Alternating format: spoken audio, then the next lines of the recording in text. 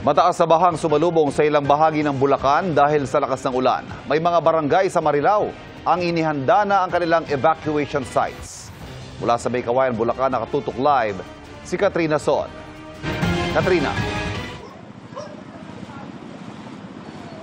Ivan, ilang mga lugar o barangay dito sa Marilao, Bulacan ang binaha dahil sa tuloy-tuloy na pag-uulan dulot yan ng bagyong Krising. Sa Barangay Lias, Marilao, Bulacan, hanggang gutter ang taas ng tubig sa ilang kalsada. Kaya dahan-dahan ang takbo ng mga sasakyan. Binahari ng Barangay Nagbalon.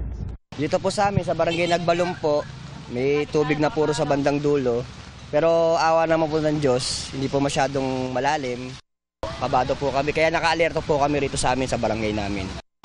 Sakaling magtuloy-tuloy ang ulan at tumaas ang baha, handa na ang evacuation sites ng barangay. Kaya ang ilang residente, inaayos na ang kanilang mga gamit. Kaya nga nag-uunti-unti na kami magtataas ng gamit eh. Kasi kanina panatag pa kami, kako medyo malayo pa. Ngayon ayan na pag may dumadaan. Kaya wala na, kailangan na magtaas. Sa Barangay Poblasyon 1, hinarangan na ang daan papasok. Not passable na ito sa mga sasakyan dahil sa baha. Kaya ang ilan, sinuong na ang lampas tuhod na baha. Ang ilang residente, naglilibas ng tubig sa loob ng kanilang bahay. Ito po hindi na po high tide yan. Ano na po yan, ipon na tubig po at saka may halong baha na rin po siya kung tutuusin po. Ang po talaga dito, flooded prone area po talaga kami dito sa poblasyon po. Baha rin sa Barangay Ibayo at Barangay Saluisoy.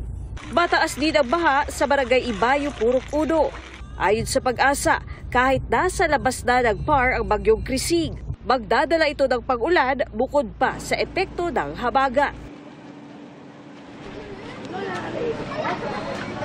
Ivan, bahari ng ilang mga barangay dito sa Baykawayan, Bulacan. At Ivan, kanina umaga hanggang buong hapon, nakakaranas tayo ng pabugso-bugso na pag-uulan dito nga sa Baykawayan, gayon din sa Marilao, Bulacan. At kapag nagtuloy-tuloy raw ito, inaasahan ng mga residente na mas tataas pa ang baha na kanilang nararanasan. At yan na muna ang latest mula dito sa Bulacan. Ivan? Ingat ka at maraming salamat, Katrina Son.